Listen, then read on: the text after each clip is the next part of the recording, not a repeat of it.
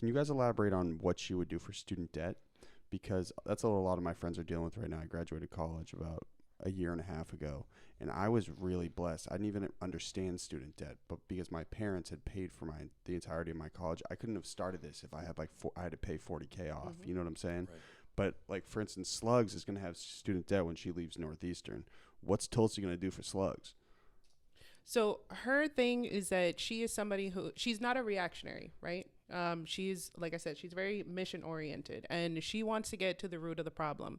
So, you know, you have other candidates who are saying like, okay, let's just cancel all student debt. But what's that going to do? It's the problem is still going to continue with whoever else, you know, in the future. They're going to have the same problems. So for her, she really wants to get to the root of the problem. You know, she understands that a lot of these universities, what they're charging is, you know, these ridiculous fees. Yeah. Like I went to Salem State, and I ended up $60,000 in debt. What? You know, like at a state school? At a state school. It's insane how much money college costs right now. Yeah. I know, Brennan, what was the tuition we had started at PC? Do you remember?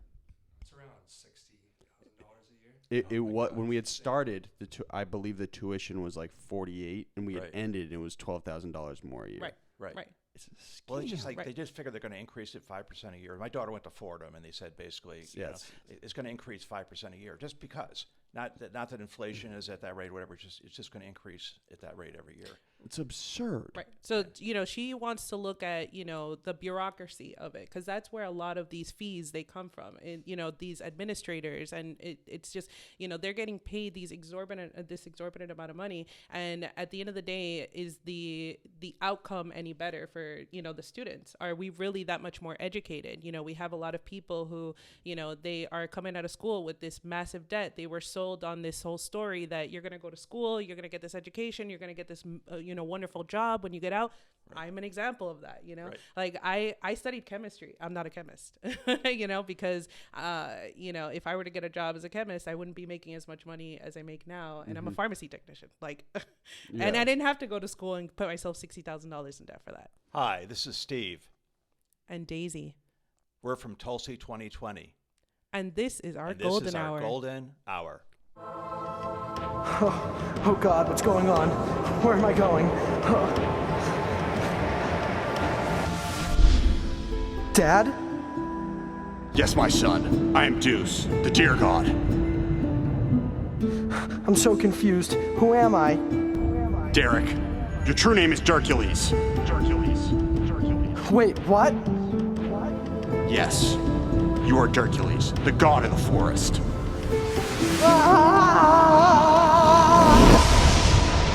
Season 5. Hosted by your favorite podcast host, Big Bochi. You already know the deal, mother. What's up? And again, the double clap signifies the start of an episode. I'm going to do this one quick. That was such an epic introduction. I know. That really Bummer. For all the listeners out there, we just had a quick technical difficulty. But this is Conor, Holway of the Golden Hours podcast. And listen, if you by chance get any sort of value from this episode, whether you laugh, you cry, you learn something, or you're entertained, dude, you share it with a friend. And if by chance you don't have friends, you should be listening to podcasts. Swag. Who else is in the building? It's Sarah Slugs. And Brendan Kilcoyne. And on my right, the Tulsi Task Squad. How was that for expediting everything? Yeah, that was great. And so, again, I have concise. Daisy Chachon on my right. And on Daisy's right, we have Mr. Steve Ingle, and they are campaign organizers. Is that the right title? For Tulsi? Campaign coordinators for Massachusetts. Campaign bosses. Yes. From Mass. And they represent Tulsi. Do you guys want to give a quick synopsis of who you are and what you do? Sure. Okay. I am from Quincy, Mass. I actually moved up here a couple of years ago from Connecticut. And I had never really been involved with a campaign before. I have my own business. I'm in publishing. And I've been doing that for 30 some odd years. And what type of publishing? Nonfiction books. So I do the index at the back of books. When you look something up in the back of a textbook, there's actually people who do that called indexers. Like bibliographies? Not so much bibliographies, but just alphabetical list of terms in the book, so people can find what they're looking for in a textbook or a cookbook or whatever. You know, the recipes will be listed at the back of the book. So we do that, and I just started doing that. I won't go into the whole story, but one thing led to another. I started hiring people, and I have a business now, actually in Connecticut, that is still there. And so you're a boss. I'm the boss. Nice. Yes, I'm the boss. But And as far as Tulsi goes, I'd never really been involved in a political campaign before, kind of tangentially, but not really like this. And when I was really, I guess it all started with the Iraq War, because after 9/11, you know, 2 years later, like, we're going to invade Iraq, and like, why are we invading Iraq? It didn't make any sense to me, because Iraq had nothing to do with 9/11, and it turns out, of course, there weren't even weapons of mass destruction there, and you know, whatever it is, 16, 17 years later, we're still there. The country's in shambles. So I basically, you know, was wondering, why are we doing this? Why are we going to war? And nothing's happening. It seems such a waste. And then Tulsi came along around 2015 on my radar, and I said, "This is." She's talking about these endless wars, and it just resonated with me. And I said, I got to get involved. When she announced her candidacy last year, about a year ago, for president, I said, I really want to get involved with this campaign. So that's where it all started for me. Okay, and Daisy? All right. So I was born in Boston, raised in Miami, and I moved up here as an adult 10 years ago. And I've been living in Salem since. You moved back? I know.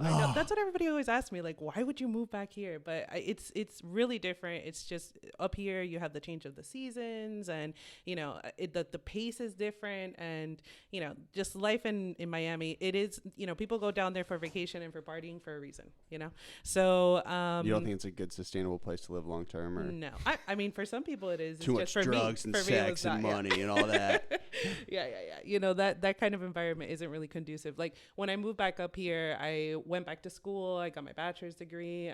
So, you know, then I went and I lived in Spain for 2 years. And that was really what kind of opened me up to this political world, because I was actually pretty apathetic myself before, you know, 2016. And, you know, then I started, you know, getting more politically active once I came back, because I was really inspired by how the people in Spain, they just are so knowledgeable about everything that's going on around the world, you know, not just, you know, in Spain, but, you know, in the US, in the rest of Europe, you know, just all around the world. And they're very politically active. Like, it's not like here where you can't have a conversation with your family because it's too divisive or whatever it may be, you know, like, you can't talk about religion and you can't talk about politics, right? And for them, it's just what you do. It's part of the culture. Right, exactly. So that was really inspirational for me. So when I came back, I essentially became an activist, and I started, you know, going to a lot of protests. And you know, as far as Tulsi goes, like, she came onto my radar in 2016. For most people, they say that it was after she stepped down. I didn't even really know that she stepped down, but it was, you know, shortly after that I started to see how, you know, she just is somebody who has a lot of integrity. Like, that's her driving force, is her integrity, and she's a fighter. And I really like that. The fact that she went to Standing Rock, that was a really big thing for me, because I went to Standing Rock. And, you know, the fact that she took that as a call for veterans to go and represent and, you know, stand up for the Constitution and for the people, that was, you know, excellent for me. And so since then, I was hoping that she would go and run, you know, and I would always tell everybody, I'd be like, this is the lady, like, she is the one. And, you know, so I think it was maybe a few months ago that I decided, I was like, okay, well, I want to become involved in her campaign. And I have never been a part of a campaign before. I, you know, I was an activist, so I would go to certain rallies or whatever, but never, you know, like, canvassing or sign waving or anything like serious like that for a campaign. And I reached out to the volunteer coordinator, and she hooked me up with Steve, and it's been gravy since then. So again, it got cut off when we had the slight technical difficulty. But if we can get anything from this episode, I think just at least, again, I'm 24. Kids our age, I think they care about politics and they want to know what's going on. They just don't necessarily understand how it affects their day to day. Like right now, and I could be totally ignorant, but I feel like my day to day hasn't necessarily changed during Trump's presidency. That's the way I feel. Like, I don't know how it's had a direct impact on me. And so if we can get anything from the episode, I would love to do that. So starting off, can you guys kind of elaborate Tulsi's, like, central policy about being involved in foreign wars and why that kind of compels you guys to why she's your candidate because of that. Well, I mean, the fact is, first of all, it's morally wrong, but we're spending so much money on these wars. For instance, in Afghanistan, we're spending $4 billion a month. Okay, and we have people serving over there who weren't even born on 9/11. So, and what do we have for results? You know, the Taliban is resurgent in Afghanistan. Same thing with Iraq. We don't really have anything to show for it. And we spent, I think it's over $6 trillion since the beginning of these In wars. military expenditure. Military expenditures, right.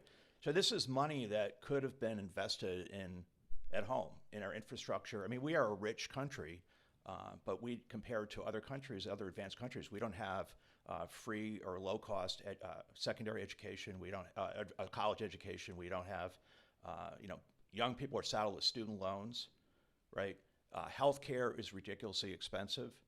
So those are all issues that affect all of us, but especially younger people. And Tulsi is a younger person. I mean, she's 38, so she is the new generation of leadership. And I think she is looking to where we need to go rather than trying to react to day-to-day crises. She's looking Minutia of the day minutiae, but kind of like looking beyond that, and that's her military training. Did I say that wrong, Steve? Is it minutiae? I mean, you're the indexer, man. You're the word expert. Let's compromise minutiae. Okay, minutiae. No, I think it's minutiae, but whatever. But she's I'm stupid. No, you're not. Whatever way, people say indexes, people say indices. I don't really give a shit. Can you give us a hard word for the day? A hard word, serendipitous. That's not too hard. Give me, Come on. yeah, come on. Give one that would be hard for a Daisy movie too. that Daisy's smart. No, what do we obfuscate? What does that mean? Means to make unclear. Obfuscate. So, obfuscate. So like you have, I think politicians often obfuscate the problems by making them more complicated than they have to be. Okay. And they're manipulating us. When they say, there's no money for healthcare, there's no money. We have to cut Social Security. We have to cut all these social programs. Yeah, we have budget overruns, but when it comes to a war, there's always money for that war, and those wars cost. We're talking trillions of dollars. $1 trillion. Money, $1 trillion is $1,000 billion. I mean, that's a lot of money. I mean, if you think what you would do with $100,000, $1 million. I don't think we wouldn't be in the back of this cold warehouse. I'll tell you that much. So $1 trillion is $10,000 million, and it's just you can't even fathom that amount of money. Now, who's benefiting from that? Military contractors, right? People who work for military sector. They lived in Eastern Connecticut for many years, and of course we built submarines there. So every time we got a contract, it was a reason for celebration because that meant more jobs for the next few years. But it's a very short-sighted perspective, I think. Same thing with healthcare. I mean, people who work in the insurance industry, they benefit from this status quo system, but most of us do not.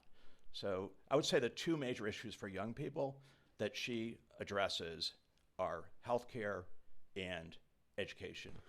Okay, and she's cutting the military spending, unnecessary military spending. She's not against military spending. Cutting that spending could save us enough money to pay for those and more. Okay, so to simplify, what you're saying is her policy is that if we pull out of all of the wars in the Middle East, we can reallocate all those funds to actual in-house problems in America. Is that right? Correct. Okay. I feel you. Right. I mean, she's saying unless there is an imminent threat that we should not be involved in those wars. Now, if someone is going to, if they're sending a submarine over and they're going to bomb us here in Boston or whatever, that's an imminent threat, right? But Syria is not an imminent threat to the United States. There's no threat that Syria is going to invade us or whatever. So there's no need to really be concerned about regime change there or in any of these other countries unless it's an imminent threat. That's the prime role of the president, as commander-in-chief. And the president does not declare war. That's Congress's area. But the president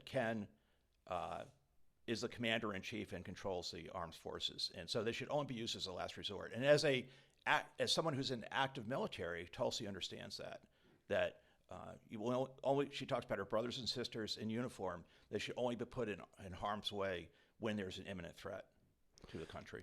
On the contrary, what would the opposition say about why we still keep a presence in the Middle East? What is the reasoning for somebody who says we should have troops there? You want like the truth or the propaganda? Well, give me the unbiased version, man. So, I mean, what we're sold on is that, we need to essentially fight them over there, to be able to keep ourselves safe here. But in actuality, what we're doing is that we're putting ourselves more in danger, because what has been proven is that, I mean, look at Afghanistan. We've been there over 18 years, I mean, come on, how are we making ourselves safer? We're not. And if anything, we are, indoctrinating a lot more people to become terrorists and to hate America. And we are putting our troops more in danger. Like, for instance, what just happened, with Iran, the assassination of Soleimani. That was crazy, huh? Yeah. So now our troops are having to focus on defending, whatever bases or whatever areas they're in, instead of fighting ISIS, which is the reason why supposedly we're over there, is to fight these terrorists. But we've lost the focus of our mission, and that is one of the things that she, because of her military background, that is something that she talks about all the time, is the fact that we cannot go into these things and just willy-nilly not know what we're doing or change our mission constantly, which that is what has been happening. With the Afghanistan papers that just recently came out, it showed the fact that, all these generals and stuff, they had no idea about what was going on. And that puts our troops in danger. Can you elaborate on the Afghanistan papers? I'm unfamiliar.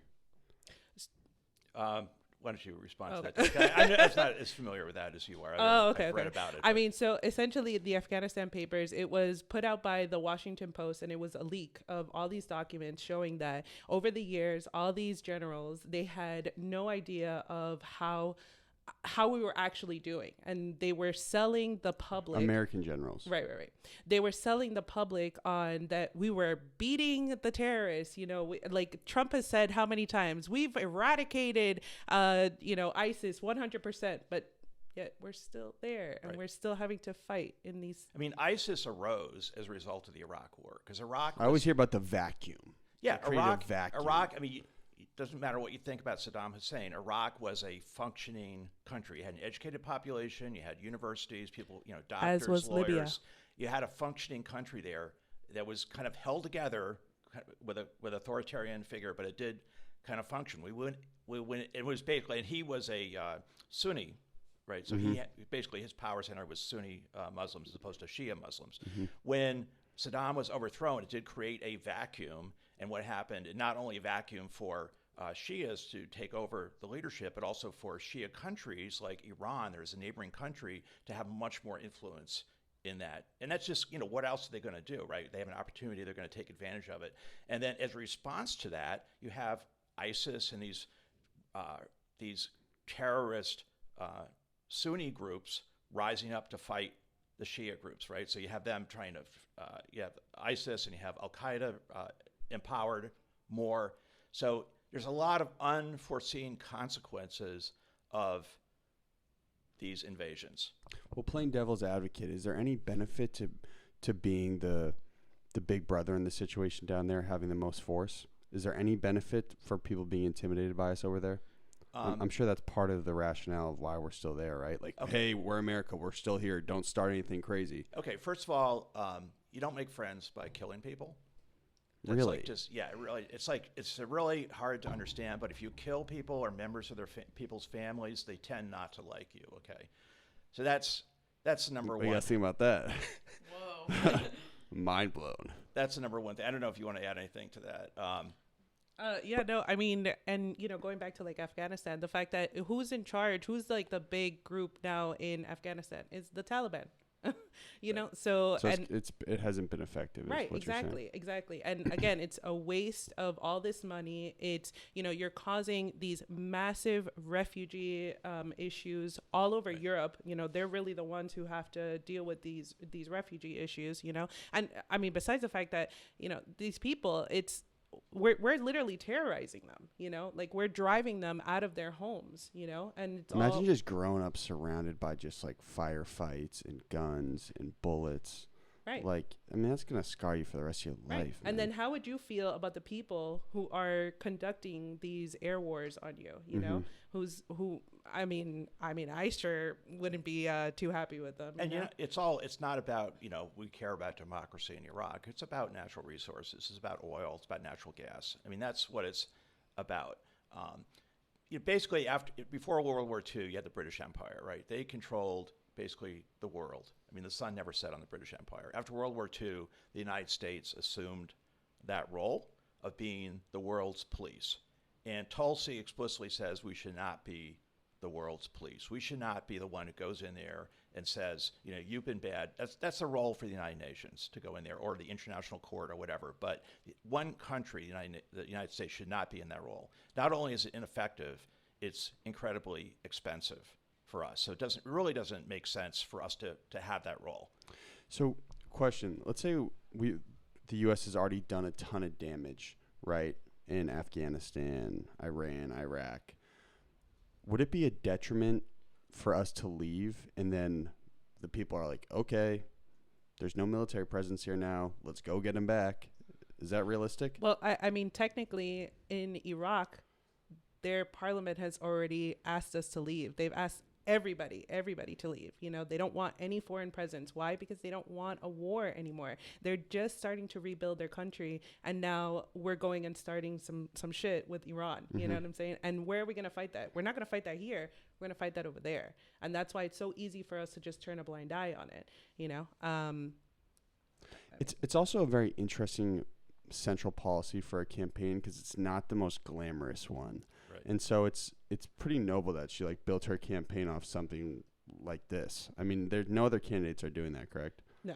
And she's going up against the military-industrial intelligence complex. I don't know, you probably know about the Eisenhower farewell speech, and when he left office in 1961. Are you a big conspiracy guy, Steve? Don't lie to me.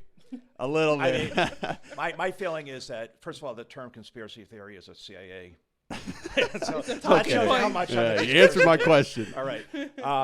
But I think, you should look at all the evidence and just make decisions, So I don't close the door on anything until I've looked at the evidence and evaluated the evidence. But, I mean, you can call Eisenhower a conspiracy theorist. He said, beware the rise of the military-industrial complex in 1961.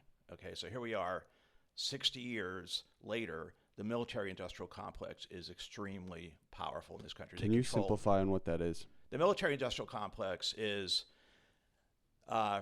really what it comprises is all the military contractors, right? So you have military contractors and Boeing, General Dynamics, all these, Lockheed Raytheon, Martin, right here in Boston, and they're spread all over the country. The big military companies. Not by accident. I mean, they're put in every congressional district so that they can get. If you want to cut them, then you're threatening the bread and butter of this congressional district. So, and I add the intelligence aspect too, because you have the CIA. I mean, the CIA is actively involved in Syria, and Tulsi has called them to task on that. So they're actually supporting Al Qaeda in Syria because they're against Assad, and Assad's a Russian ally. So that's the only reason is because Assad's a Russian ally, and because we want to have control of the natural resources or use their country to put our pipelines through or whatever. It's not really anything to do with democracy or bringing freedom to people in the Middle East. Well, real quick, can you just rewind slightly about Eisenhower's speech and how that ties into what's going on now? Well, Eisenhower just was. So obviously this problem was ongoing already. So Eisenhower recognized it in 1961. It's something he realized that all these big military companies have a pretty strong influence on our political system. Right. They influence. They'll contribute to campaigns. They have influence on politicians. If you run for Congress, if you're elected, on day one you're starting on your reelection campaign because it's only 2 years down the road. So if you don't have a war chest of money, you're not going to be able to run again. So you need to get that support from these contractors, or normally you do. I mean, Tulsi has refused to take any contributions from PACs, from corporations. So she is fairly unique. I think other candidates have done that as well. How does she make all her money for her campaign? Just individual Grassroots. Small contributions. We're all volunteers. I mean, she has a very, very small paid staff, but basically it's all volunteers. And her So you guys really love this woman. That's right. Well, Let's it's not so much her personally. It's the movement. I think she's pretty cool, though. She's always like, aloha. Yeah, well, it's that aloha is a Hawaiian. Yeah, I know. She's slick. She actually was Steve. born in American Samoa, but grew up in Hawaii. And her mother is like from Michigan or someplace, and her father's from I don't know Hawaii, I guess originally. But aloha means Hey. it means hello and goodbye, but it really also means I'm open to you, I respect you, I'm listening to you. So that's And it the also difference. means love. Hey, Daisy. Aloha. Aloha. Aloha, right? So we joke about it a lot because I mean, it is everyone says aloha all the time in the campaign, but it's not it's just a message of being open and receptive but not taking any crap either. So it's like you can be tough and you can have aloha, right? Well, the way that she puts it is, aloha is very central to her because it, like I said, it does mean love. And when you take care of things that you love, right? And the people that you love. And so that's why she always tells everybody, I'm coming to you with aloha because I care for you. I love you. I want to take care of you. I want to bring us forward as a country, like that's, right. But you could also have aloha towards your so-called enemies. So for instance, she gets a lot of flack because when she went to Syria on a fact-finding mission a few years ago, she met with Bashar al-Assad, right?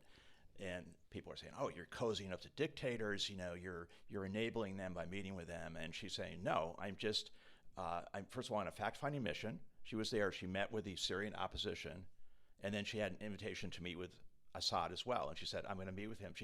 Just to find out, from what's his his deal? perspective, right? Doesn't mean I agree with him. In fact, she's called him a brutal dictator many times. But This is what she gets a lot of flack for, right? yeah. This is where the whole Russian asset thing comes into play. Right, but if you don't talk to your enemies, if you can't negotiate with your enemies, what's the point, right? The whole point is communicating with people you disagree with. And she's for finding that small ground of agreement. Even if it's like 2%, you can agree with someone on something, you can build on that. So she is against the whole partisan left versus right, Republican versus Democrat. She sees that as somewhat of a false dichotomy that's been manufactured because it has a political function, but it really is that people are much closer than you'd think based on political party affiliation. That really the division is more about the wealthy, the powerful, and the wealthy elite making these decisions that are costing all the rest of us a lot of money. So that's why you find, like in her campaign, you find all these different kinds of people coming together: Republicans, libertarians, leftists, Trotskyists. You find like all kinds of people, a really interesting mix of people, and that's something that really struck me when I got involved with this campaign. Okay, so outside of her desire to pull out of the Middle East and then allocate all that extra bread and give it to American problems, can you guys elaborate on what she would do for student debt? Because that's what a lot of my friends are dealing with right now. I graduated college about a year and a half ago, and I was really blessed. I didn't even understand student debt, but because my parents had paid for the entirety of my college, I couldn't have started this if I had I had to pay $40K off. You know what I'm saying? Right. But like for instance, Slugs is going to have student debt when she leaves Northeastern. What's Tulsi going to do for Slugs? So her thing is that she is somebody who, she's not a reactionary, right? She's, like I said, she's very mission oriented and she wants to get to the root of the problem. So, you have other candidates who are saying like, okay, let's just cancel all student debt. But what's that going to do? It's the problem is still going to continue with whoever else, in the future, they're going to have the same problems. So for her, she really wants to get to the root of the problem. She understands that a lot of these universities, what they're charging is, these ridiculous fees. Insane. Yeah. Like I went to Salem State and I ended up $60,000 in debt. What? At a state school? At a state school. It's insane how Yeah. much money college costs right now. Yeah. I know, Brennan, what was the tuition we had started at PC? Do you remember? It's around $60,000 a year. It what when we had started, I believe the tuition was like 48, and we had Right. ended, and it was $12,000 more a year. Right. It's Well, it's just scam. like Right. they just figure they're going to increase it 5% a year. My daughter went to Fordham, and they said basically, Yes. it's going to increase 5% a year just because. Not that inflation is at that rate or whatever. It's just going to increase at that rate every year. It's absurd. Right. So, she wants to look at, the bureaucracy of it, because that's where a lot of these fees, they come from. And, these administrators, and it's just, they're getting paid this exorbitant amount of money. And at the end of the day, is the outcome any better for, the students? Are we really that much more educated? We have a lot of people who, they are coming out of school with this massive debt. They were sold on this whole story that you're going to go to school, you're going to get this education, you're going to get this, wonderful job when you get out. Right. I'm an example of that, Right. Like I studied chemistry. I'm not a chemist, because, if I were to get a job as a chemist, I wouldn't be making as much money as I make now. And I'm a pharmacy technician. Like, and I didn't have to go to school and put myself $60,000 in debt for that, You definitely did not have to go to college to start a podcast. I'll tell you guys that. Right. So, so she wants to focus more on like apprenticeships, and what she wants to do is bring across about legislation that will help people with student debt actually be able to file for bankruptcy, because it's the only type of debt that you cannot file for bankruptcy. So like, I don't know if you had a cosigner, Slugs, with any of your debt, or with your loans, but like, God forbid something happens to you, then whoever cosigned for you, they got to pay for it. Like, it's just never ending. So I just want to make sure I understand this. So what she's going to do is she going to forgive is it all public school loan debt? Or what is she like actually going to do? How is she going to put more money in Slugs' pocket? Is that a thing? I mean, she definitely wants to look at how to forgive certain types of debt.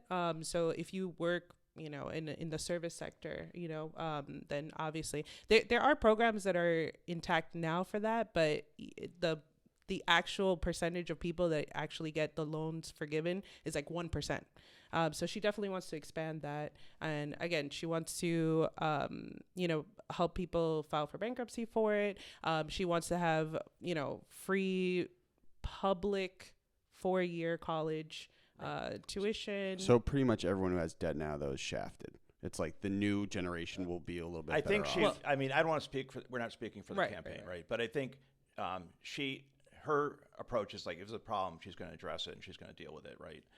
I don't know what her specific program is for cutting student debt, but that's a serious problem that we have. They have this whole generation that can't afford to they can't buy a house or whatever, because they just don't have, they're living paycheck to paycheck because of this student loan debt. So that is something that she's going to address. And one of the things is the ability to declare bankruptcy, but there has to be some reconciling with this problem of cutting student debt. So I have no doubt that would happen under a Gabbard administration, that she would address that issue. It's one thing I just don't understand. And again, I'm not the most political person. I'm learning more. But why, as Americans, do we penalize people who want to be productive members in our society?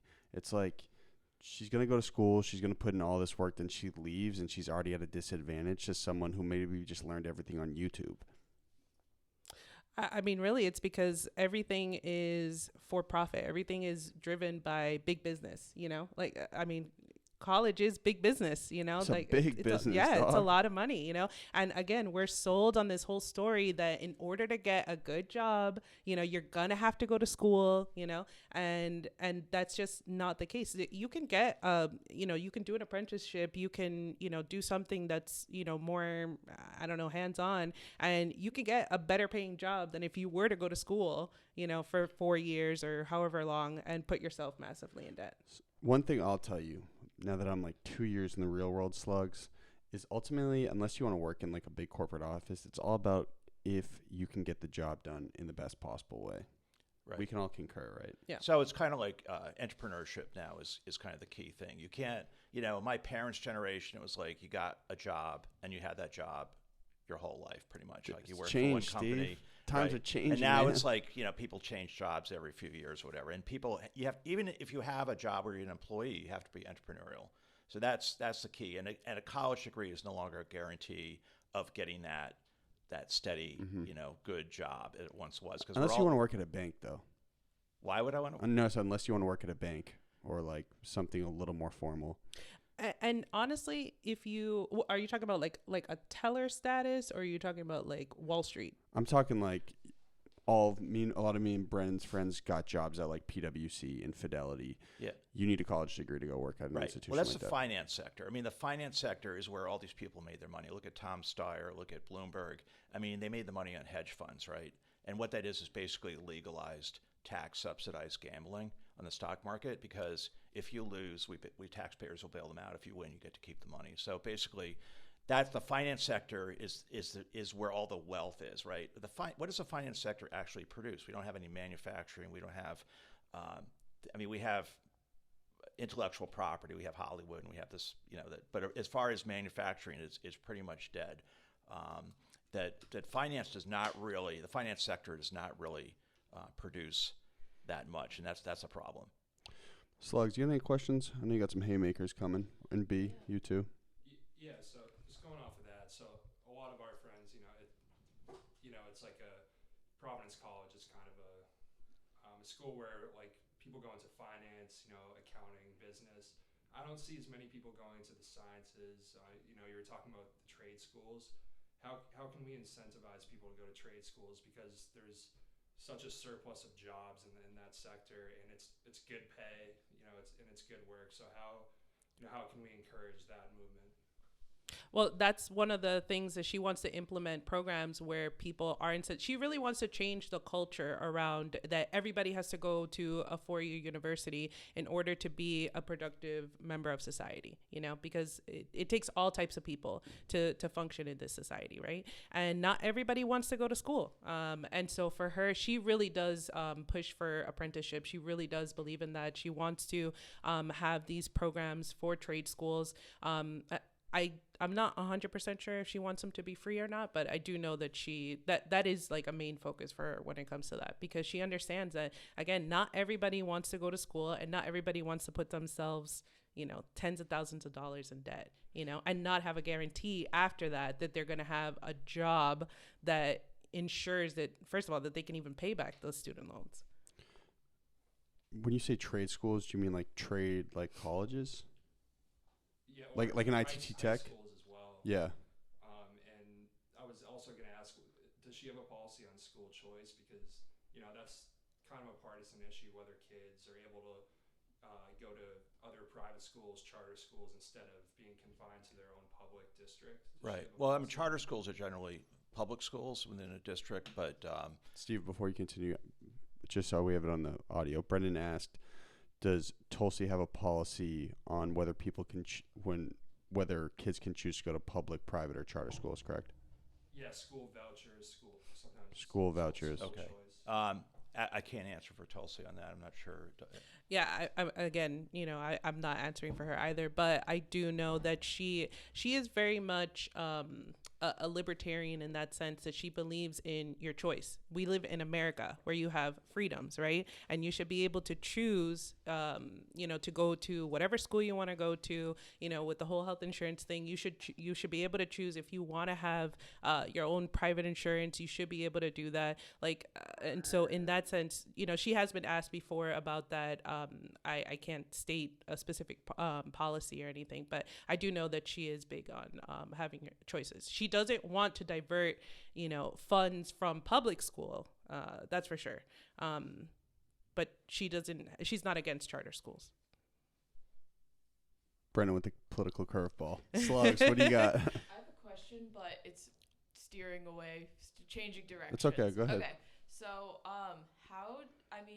after Iowa, she didn't do so well there. How do you guys plan, or what's the strategy for improving in the next state in New Hampshire? Yeah, I think more blatantly, does she have a shot at winning at all? Well, a lot is going to depend on next Tuesday in New Hampshire, right? She didn't put a lot of resources into Iowa just because Iowa is a caucus system, and it's much more difficult. Yang put quite a bit of money into it and still didn't get great results there. She spent a lot of time in Iowa, but basically her focus has been pretty much in New Hampshire, and the campaign has been going up there almost every weekend for the last few months. You guys been going up there? Oh yeah. Oh yeah. So she's been. It's a different world up there. She's been doing. It's really great up there, though. She's been doing town halls almost every night, and we've been doing sign wavings and just really. Yeah, she's been in New Hampshire now for over 100 days. That's for sure. And again, she has a town hall almost every night. She goes to like the boonies in the middle of nowhere in New Hampshire.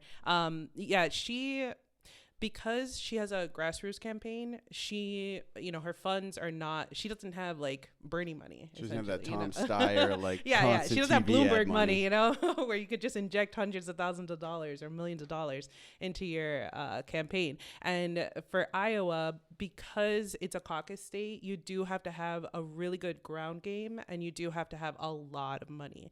And so she just figured, there's no way that she would be able to, focus on Iowa and on New Hampshire. And New Hampshire, first of all, they're an open primary. So everybody can vote. And she does really well with independents. And also Republicans. But, that definitely gives her an advantage. And really, with your question of does she have a shot? So, I mean, at this point, we've kind of seen after the debacle in Iowa that who really knows who has a shot? Because, I mean, Bernie has been seen as the favorite, right? But look what just happened. That's pretty wild, huh? Right. That's crazy. Right. So who really knows what's going to happen, going forward? But for her, she's already said that she's going to go to the convention. Regardless of anything that happens in the primary states, she's going to go to the convention because her thing is that she really wants to bring forth this message because, like you were saying, nobody else is talking about foreign policy, and foreign policy is domestic policy. Like what happens abroad does affect us here. Even if you want to just take it from the financial standpoint, It's just Americans are just like, well, that's a problem over there. I have problems here. I think that's what a lot of Americans are thinking for the most part. Right. And she's trying to make that connection between, the money, your taxpayer money is going to pay for these wars that could be brought back home. Right. And that's why and you alluded to the fact, Daisy, that she has a broad base of support. This is why she is actually somebody that Trump is scared of because she's in a sense, she's a populist because she's really appealing to the people and she can bring people together to defeat Trump. And that the conservative Democrat, DNC strategy is a repeat of 2016. Get a corporate Democrat up there and somehow people are going to choose them because they're slightly better than Trump or whatever. It didn't work in 2016. It's not going to work in 2020. So I think for that reason, she has a shot. Well, you guys wouldn't be working on her campaign if she didn't, right? Honestly, for me, I guess that's the activist side of me. Like Have you always been like this, like very like socially conscious in Spain? No, kinda, but it definitely expanded after Spain. Because they haven't been from fascist rule for that long. So I think it's only been like 60 years since Franco. So for them it is still very fresh, and even like the flag over there, like a lot of them don't like the Spanish flag because for them it's a symbol of fascism. Where's your family from? So my mom was Cuban and my dad is Salvadorian. Whoa. ¿Hablas español? Sí. Yo hablo un poquito. Yo tengo un programa de entrevista en la ciudad de Boston y mi programa es más grande en la ciudad. Wow, lo hablas muy bien. Yo fui a la tienda de pelo corto en el pueblo de Waltham y mi barbero es dominicano. Sí. Todos los tiempos fui a la tienda y yo aprendí una nueva palabra. Qué bueno, me alegro. Yo te gusta... yo me gusto los policías. Me gusta los policías de su equipo. ¿Sí? I just said I like the policies of your team. Oh, that was actually really good. Thank you. Let's go. Sorry to throw everyone off. We're not off. Russian bots, okay? And we're not, we are 100% pure-blooded Americans, and I think Daisy said, okay, are we working? Why are we working on this if she might not win or whatever? It's in your mind though. You're like, okay, like she's like number 6 or 7 on the list. I mean, things can change a lot in politics. You just don't know what's going to happen. I mean, people drop out. Stuff can change. So you kind of position yourself, right? But it's more about the movement. Tulsi talks a lot about the movement, building a movement. And I think that's what it's really. I think it's been about. effective for sure. I think people have actually really taken to the campaign. Well, she's changing the discourse. I mean, now they're going to be forced to talk about foreign policy because they never in the presidential debates in past years, they never really talked about it that much. And she's bringing that to the table. Like no one even knew what regime change wars were, and that's something that's actually talked about frequently now. The fact that she's highlighted the military industrial complex, it is becoming a part of discourse that definitely it wasn't talked about before, and that has been because of her. But I mean, does running a semi successful or successful presidential campaign in 2020, let's say she wants to run again in 2024, will that give her leverage? Or will it? Definitely. I mean, look at Bernie. Bernie in 2016. Like he was, when he started out, I think he was like 4% or something, and then he ended up almost winning. I mean, obviously the field was it was a lot less dense than it is now. And I think that she has done amazing for somebody who, again, she is completely She's grassroots. young too, politically. Yeah, she's young and she doesn't have that notoriety the way that other people do. Like even Bloomberg, the fact that he is supposedly doing so well right now, it's just because New York He's City. also got that bag on him. He's got that money. Right. Well, And he's able to buy all these network. ads, and he's got Bloomberg News, right? Right. I mean, Tulsi is basically ignored by the news, and she's doing well despite that. So Right, we were exactly. up in New Hampshire on Wednesday protesting the CNN so-called town hall in Manchester, where candidates such as Deval Patrick, who are ranking Less like than 1%, 0.3% or something in national polls. Is that the meaning for the shirt? yeah. Yes. So we had a lot of. I got the shirt on Wednesday when we were up there, but basically she was excluded from this debate, and there were other candidates who were polling higher, who had more, financial support, more donations. Why was she excluded? CNN never wouldn't give an answer. They never responded. They didn't respond to the campaign. They wouldn't respond. So it's like we were up there to show our a protest against that because she should have been on that stage. But on that note, sorry to interrupt you. Can you kind of speak to like all the stuff that's been going on with her, like Google AdWords account? She was, I believe, censored by CNN at one point, and the Hillary Clinton stuff, because it's all kind of conglomerated. Or are these like all separate issues? Well, it's all. I mean, how much of a conspiracy theorist are you? Well, Steve, I can tell you're a big one, man. No, but Where's the tinfoil hat? there's so let's deal with the Google thing first. Okay, I think it was one of the early debates that all of a sudden her account was down. Her ad account. Her ad account So was she down. couldn't. Google didn't allow her to push advertisements for her campaign after the debate. Right. So she is suing Google for $50 million for damages for that. And I don't know if that's going to be successful, whatever. But the idea is it's a principle of the thing. Punitive. Maybe it was an accident, right? But it was a very crucial time for her to have the ads be active, right? Right, because This after was that every Kamala debate, Harris debate, right? That one. right. Well, Right. When it's her and Kamala after went at after it. every debate that she has been a part of, she has been the number one Googled, like trending person, and I mean the talk time that they would give her on average was like 5 minutes. Compared to everybody else. And that's one of the main reasons why like CNN and all these other places, at least in my opinion, they have been trying to silence her, is because if they don't give her a platform, if the American public isn't able to see her, well then they can't hear her message and it doesn't resonate with them, right? Why would they not want her to win? She is dangerous to them. I mean, if you watch CNN, which I don't do a lot, but if you, from my mom's house or whatever, watch CNNs on the TV, they have an ad for Boeing, right? For like a military airplane. Like, now I'm not going to go down to the store and buy a military airplane. Why is that advertising on CNN? Right? It's to Steven, not that serious. You think those are related? Oh, definitely. Well, I'm saying You think so? they pay the bills for CNN. Right. They're paying that account. That ad account is worth a lot. CNN does not want to lose that account. So, like, I'm just saying there's the appearance of compromisability, right? When you have an advertiser there, you potentially, if you're going to have an anti-war candidate or espousing these anti-war So you think positions. companies like Boeing are saying CNN, Tulsi is not for our best interest? You guys, I can't have you guys. I mean, support it. I can't speculate as to what actually is going on. But that's what you're there's- insinuating, right? I would say that there is a the discourse is limited on these stations Okay. because of their supporters, right? So they can only go so far as to talk about certain things. And one of those things is questioning the whole military intervention. Usually the question is, these experts on CNN, should we invade this country, or should we do it now, or should we wait 2 weeks?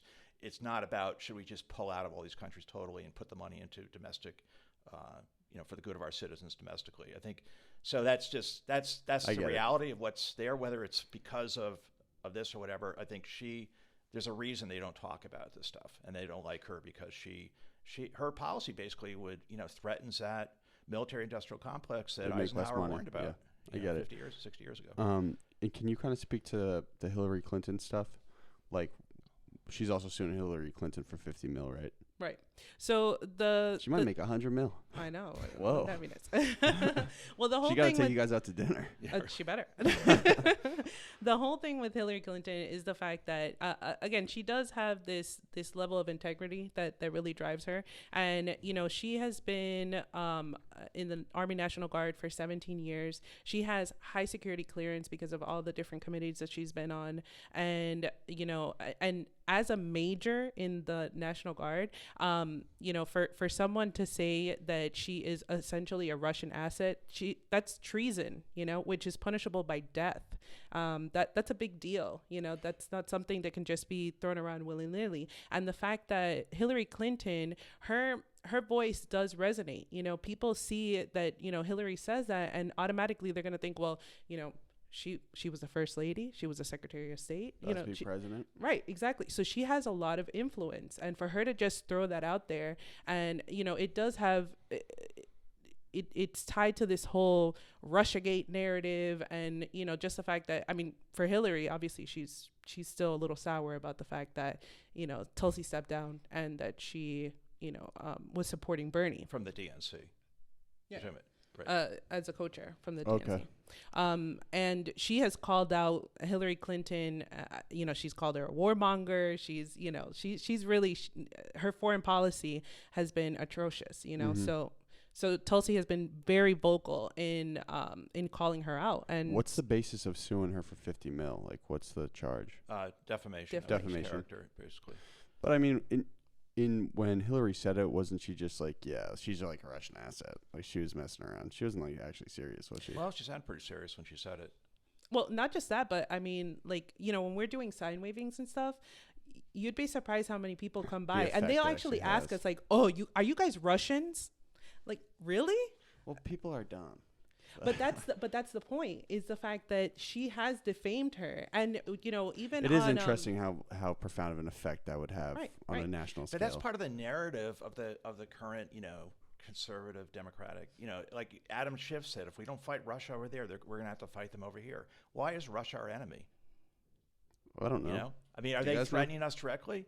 I don't know. It seems to me like there's other threats that we face, and not to say that we shouldn't be vigilant or whatever, but I just don't see this whole Russian gate thing. Was shown to be a hoax, right? Mm-hmm. So I just don't go for it. I think she maligned the character of Tulsi, and that's why Tulsi is suing her. Slugs, you have any questions? I do. Let's hear it. So I feel like one of the biggest issues that we have in the United States, to me, the issue that I see is the opioid crisis. So what is she going to do if she's elected about the opioid crisis? What's her strategy? That's great. And let me just build on it real quick. It's a real problem in Massachusetts, as you guys know. Right. It's ridiculous. Like, I had Somerville Mayor Joe Curtatone up here, and he's interested in starting up safe injection sites in Somerville. Mm-hmm. It hasn't slowed down in Massachusetts. It's only getting worse. Have you guys ever been to like Melnia Cast and Mass Ave? No. They call it Meth Mile. It's like so sad. It's like because all the clinics are right there. Exactly. But it's been like that for years, Slugs. It's insane. So. Well, I think she is for decriminalization of drugs. First of all, we're not talking about opioids specifically. Talking about weed. But treating it as a health. Well, she wants to legalize marijuana. She wants to legalize marijuana. She wants to decriminalize all drugs. Right. She wants to federally legalize and the war on drugs. Federally legalize it. Mm-hmm. No, federally. Oh, federally weed. legalize it. Right. Yeah. Everyone can each smoke state weed would be, when she's and president. each state could regulate the way that they want to. Again, freedom. But the other thing is, of Smoke course, weed. you know, the elephant in the room here is like, who sold these opioids? Who made money off these opioids? It's The big pharma, right? So when she when she's formulating her health policy of single payer plus, which is basically similar to what Australia has, she said she's not going to have big pharma and the health insurance companies at the table, because that was the problem with Obamacare. You had everyone there, and they had to appease these special interests who really don't have a role to play in this dialogue. And then she is, I'm sure, I mean, I don't want to speak for the campaign again, but if there was criminal behavior, then I'm sure she would be in favor of prosecution for people who have, and there already has been recently. We see in the news that there has been some people from the big pharma have been prosecuted. Well, she has legislation out that is holding Purdue Pharma accountable for their role in the opioid crisis. But yeah, her spending so much time in New Hampshire, she has, obviously New Hampshire also has really been affected by the opioid crisis. And it is something that she's really serious about, because she sees it as, again, she wants to find a solution, not just be reactionary about it. And we need to, not criminalize people, and we need to realize that we need help for these people. It's a healthcare crisis. It's not a matter of we just need to lock everybody up and then and you ruin their lives. Once you become part of the criminal justice system, then that's it. You can't come back from that. Right. I way back, like last year, I had an orthopedic surgeon on the show. His name's Scott Sigmund, and he's opioid sparing, so he doesn't offer any pills to any of his patients. He said that 1 out of every 7 people who take an opioid for the first time, like you take it once, you'll be addicted the rest of your life. How insane is that? You just take it once, your life's changed. Right. Well, that's criminal. I mean, it's criminal. It's insane. Right. Like, Right. imagine just like messing around, like, yeah, I'm just gonna like pop an oxy and like you chill for the rest of the day. See ya. Yeah. And then you also have these companies, they're getting it on both ends, right? So, you have these companies that they're making these opioids, people get addicted, but then they also have this medication that can help get you not addicted to these medications. You know what I'm saying? So It's a finesse. yeah. It's like, really, come on, we see behind the curtain. And these industries are super powerful in Congress. I mean, they're lobbyists, right? So they can influence policy, they can influence legislation. I mean, that's a scary thing. And Tulsi is for getting money out of politics, publicly funded elections, because you can't have, special interests determining what our legislation is. And also, why haven't you seen more prosecutions are going after these people?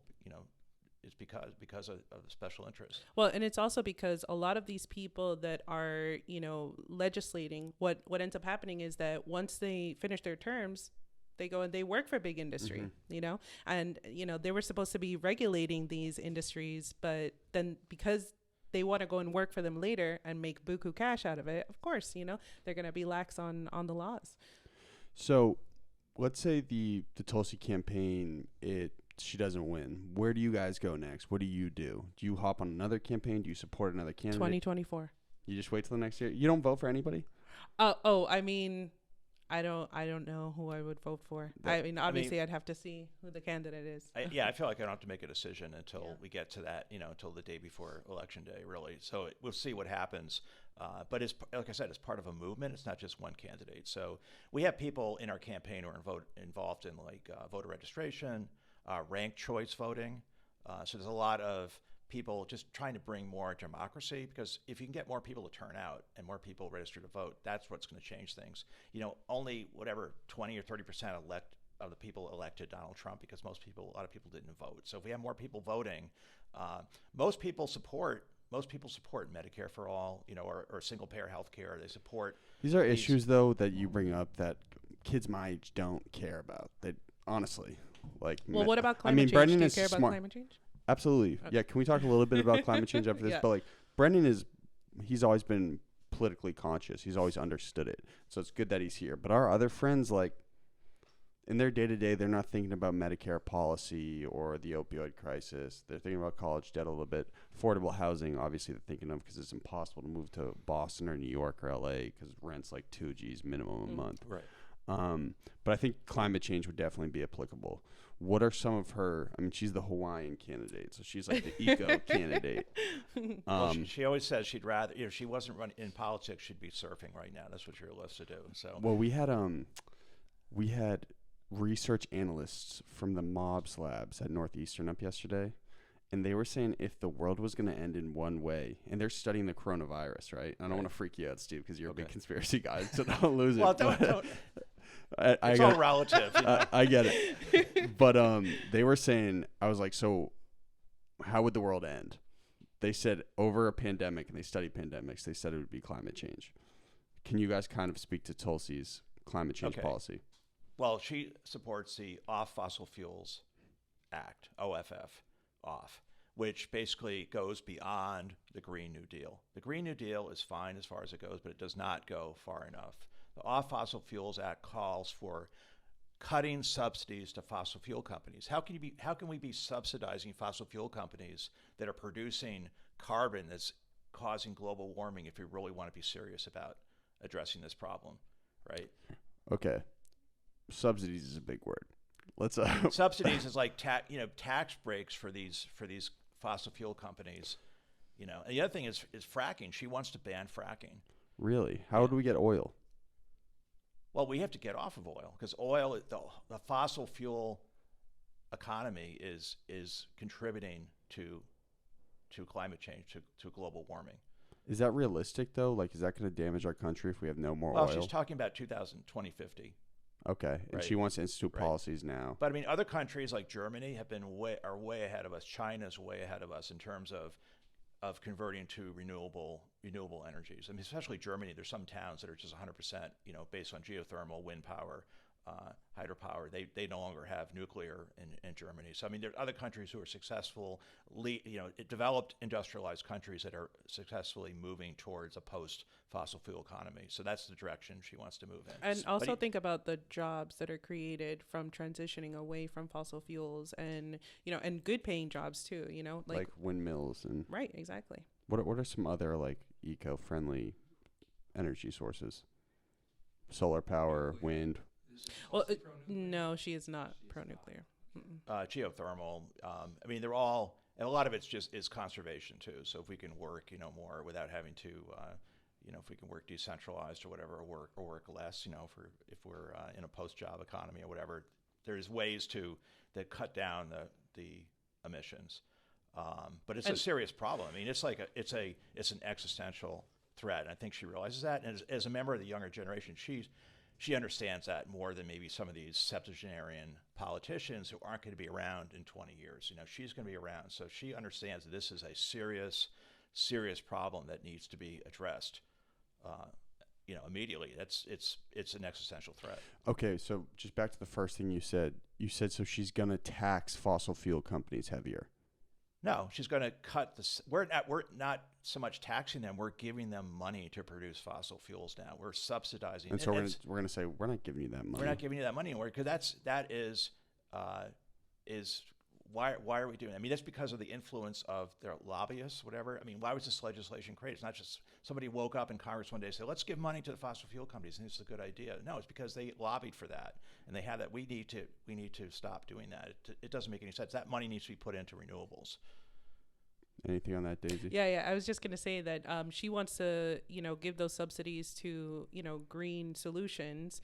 And you got to think about it as like, why is it that, electric vehicles or, getting solar panels on housing, like all it's considered still expensive, right? But if we actually subsidize these industries, well, then it's a lot easier for it to be mass produced. And then once it reaches a certain level, then obviously it becomes cheaper to the consumer, which is what we need, Mm-hmm. Hey, any last questions from you two? One, you guys having fun? Yes, this is cool. awesome. I had a great time. This was awesome. Yeah. Did you guys have any questions? I'm good. B, hit us with a political haymaker. I just wanted to say one thing. Really grab the mic. Get on that thing. So my thing is, I don't think that Steve is the conspiracy theorist. I think it's MSNBC and CNN. I just wanted to make that clear. Yeah, I mean, because you look at the Russiagate thing, that was a conspiracy theory. The thing about the poison gas attack in Syria. That's also been shown to be a concocted attack, so it was to serve a political purpose. So this is actually a conspiracy is when you have two or more people conspiring together to do something. So I would definitely think, well, mainstream media is also a conspiracy because they see these things as they made them up, so they're conspiracies, and the Russiagate's a conspiracy. So I think you're on the money there with that. You guys should get a drink after this. What's the most like out there theory that you believe in? Like totally out there. He's a flat earther. No. No. I'm just, first of all, I don't like the word theory because it's like evolution's a theory, and some, but you speculate about all different things. But are you big on simulation theory? What is simulation theory? That like we're living in a simulation. It could be true. That would suck, but that could be true. I mean, I just deal with it every day, one day at a time. That's too much. I don't know. I mean, maybe I love reading about cosmology and different dimensions and all that stuff. But I mean, I'm living here and now, so I'm focused on the reality of getting Tulsi elected in 2020. I think you guys could run a killer podcast on your own. I think it'd be great. Yeah. That'd be awesome. Well, maybe we can get some ideas from you. Can we rent out this space? This is a pretty cool space. It's a little cold in here. You sure you want to do that? I know. I'm like shivering over here. Oh, I thought you guys were cold the whole time. That's why I wanted to end it. You guys okay? Slugs, don't lie to me. My toes are a little Yeah. Okay, so the New Hampshire votes are on Tuesday? Correct. And what are you guys anticipating happens? You guys are good people, so I hope good things happen. I think, as opposed to bad people. I mean, I don't know. Got to have that low spirit. Well, can I also? I'll tell you something very honestly, and usually the business end of the podcast I leave out of it because I just want it to run fluidly. But I contacted nearly every campaign, and you guys were the least abrasive and most receptive to coming up and discussing the candidates. I mean, I talked to every single campaign. We have more campaigns coming up, but you guys were by far the easiest to deal with. Oh, and hopefully we're the best. Thank you. We definitely dropped some knowledge for the kids. Yeah. Well, that's that aloha spirit, I guess, for lack of a better word. But yeah, so hopefully in New Hampshire, I mean, we're hoping for like double digits, that would be the greatest, top 4 would be good. I mean, just to show that you can try to silence her, but this is legit. There's two factors. One, polls are inaccurate, right? So like Biden's actually did like 6 or 7 points lower than the polls indicated in Iowa. So Tulsi got obliterated. Tulsi may do better because the polls tend to reach a certain demographic, and they may not reach the people who support Tulsi. And also, as Daisy said, New Hampshire has an open primary, which means if you are unaffiliated or Democrat, you can vote in the primary. So basically, people who are not registered Democrats can vote in that primary. So that can make a big difference. So right now she's doing like, I don't know. Supposedly she's at 7%, but also the polls that, that they're conducting, it's showing likely Democratic voters. So it's people that have voted before as a Democrat. And polls are polls. So exactly. I mean, 2016 taught us that you can't really go off of that. If you really went off of that, then you would think that Iowa would have gone to Biden for sure. Where do you guys get most of your news? For me, YouTube, for sure. YouTube? Yeah, YouTube. Like Hill Rising. Podcasts you listen to a lot. Yeah, like Michael Tracy is one. Michael Tracy is a big Tulsi supporter, so he used to be with TYT for a short time, but now he has his own podcast, and he was up in Manchester on Wednesday, so we're talking to him.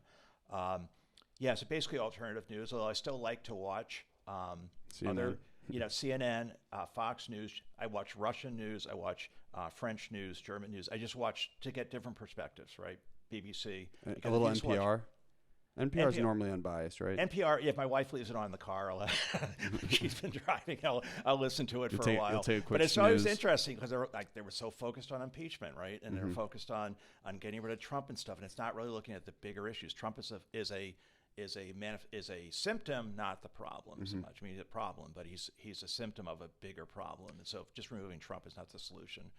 One last question. So let's say Tulsi doesn't catch a W. Where do you think a majority of her supporters are going to vote for the Democratic nominee? Like Yang and Bernie and some of the more progressive candidates. Not Warren? No. No shot. No. You guys rolled your Warren. eyes. No, I don't think so. Warren is seen as, I mean, she basically adopted Bernie's platform, but Bernie's been Consistent for consistent. years. She was a Republican, until she was 50 something, and she's more corporate, and I like her. I think she's a good person and everything. I just think that I don't think people are going to go to her because they realize that the problems are so serious. We need a real change, and she's not going to bring that change. She's not going to be able to enact the change. Who's going to win Massachusetts? It's going to be a toss-up. Not Warren. Is it not going to be Warren, even though that's our home state? I don't think so. I don't think. I don't mean, think so. We haven't seen much support for her, at least from the people that we've been interacting with. So I don't think so. You'll start seeing a lot more Tulsi signs after Tuesday in Massachusetts. You guys are holding it down at South Station. Yeah. Oh, yeah. Have you seen us there? Well, people keep telling me. I was like, Yeah? you guys were coming Awesome. up. They're like, yeah, they're active at South Station. Cool. All right. Cool. That's Yeah. great. Yeah. Little marketing. Let's go. Yeah, we got to. So you guys are you guys just holding signs most of the time, or are you guys just going to meet people, calling people? I mean, essentially, it's to get her name out there, and the one of the reasons why we have the banner with her face on it is because if people don't know who she is, well, then they're not going to vote for her, right? So if you just see Tulsi, It's a everywhere, swag name. They'll Yeah. look her up. Yeah. When And then people meet her, I mean, they're convinced. Like when they meet the real person, and we've met her. She is just like when you're with her, she is like such a genuine person. She has such a gravitas, like such a serious. She's very poised. Very poised. That's the word. She is really. I mean, compared to like our current president, I mean, she is quality. Just the way she presents herself, and I think when people meet her, she is genuine. She's a real article. She's not trying to think of how she should answer a question. You ask a question, she'll give you an honest answer. she's not calculating, or she doesn't come off as a calculating politician, essentially. Yeah, see, that's very interesting to me because I wonder how hard it would be to be kind when you're constantly spread thin and you have a million things on your mind, like a presidential candidate. Even though it's kind of your job to be nice to everybody, obviously you're stressed the fuck out. Well, she's a yogi. You know what I'm saying? It's really interesting. I mean, she has a Hindu religion, and I think that's part of her grounding. She does that meditation and yoga every day, so she is centered and she's focused on that. And it's very hard to get her off that balance where she is. So I think that's something that's unique about her. And again, because she is very genuine, she doesn't have to come up with these one-liners or She's not try to very figure sales you out. mode, yeah. Yeah, it's just this is what she thinks, this is what she feels, and this is what she feels is right, and that's what she's gonna do, regardless. Got it. Well, hey, listen. Before we end the episode, any last questions? You guys have fun? Yeah. We learned a couple things. Let's go. Oh, yeah. Aloha. This is Daisy Aloha. This is Steve from Tulsi 2020. And that was Our golden hour. hour.